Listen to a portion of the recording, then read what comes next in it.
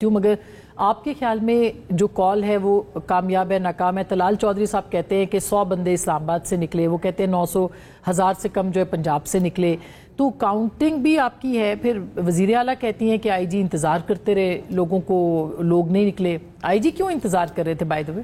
جی ہم تو احتجاج کے بندے نہیں گنتے نا جی۔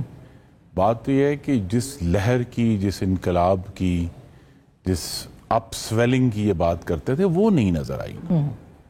وہ اگر انہوں نے احتجاج کیا ہے بہت یہ کہیں گے کامیاب ہے، لیکن ان کا یہ جو دعویٰ تھا کہ ملک کی سب سے بڑی مقبول پارٹی ہے اور اس کے اتنے ووٹر ہیں، تو نہیں ہے مقبول؟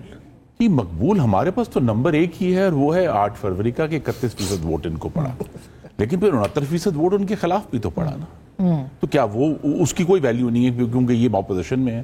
تو دوسری بات یہ کہ اپوزیشن کی موجودگی عدم استحکام نہیں ہے، اپوزیشن کا احتجاج کرنا عدم استحکام نہیں۔ عدم استحکام ضرور پیدا ہوتا ہے، جس طرح انہوں نے 26 نومبر کو کوشش کی جس میں پھر 5 رینجرز شہید ہوئے، 1 پولیس مین شہید ہوا، یا اس سے پہلے انہوں نے 9 مئی کا جو پورا واقعہ کیا، ریاست پر حملہ کیا، ایک آرمڈ انسریکشن تھی، ہم نے دیکھی ہے پورے ملک میں، اور پوری ڈیزائن تھی اور ڈیلیبریٹ تھی۔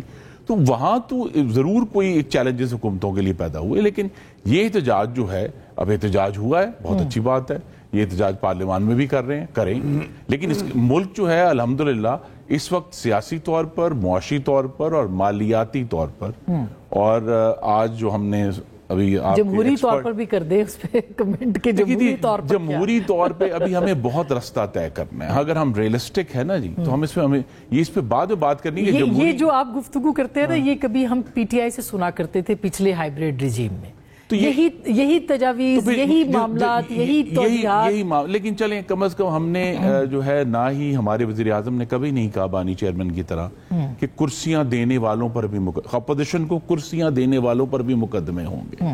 ہمارے وزیر اعظم نے کبھی نہیں کہا کہ ایسا اس طرح ہوگا، نہ ہی انہوں نے یہ کہا کہ جی یہ دیکھیں یہ جو ان کے خلاف فیصلے آ رہے ہیں، یہ بھی بانی چیئرمین کے اقوال زرعی ہیں کہ چونکہ ان کے خلاف فیصلے آ رہے ہیں تو لہذا یہ اب جو ہے، اور یہ ملک دشمن ہے۔ اسی بیان میں انہوں نے کہا کہ جو اس حکومت، میری حکومت کے خلاف نکل رہے ہیں وہ ملک دشمن ہے۔ ہمارے وزیر اعظم نے الحمدللہ ایسی کوئی بات نہیں کی، وہ کہتے ہیں کہ ٹھیک ہے، ہمیں دیکھیں جو پاکستان کا امن ہے وہ قائم رکھنا ہے، اور جس طرح کے چیلنجز ہیں، جہاں سے آپ نے اپنے پروگرام کا آغاز کیا، ہندوستان کی طرف سے مختلف مخاصمت ہے، وہ اپنی جگہ پر ہے۔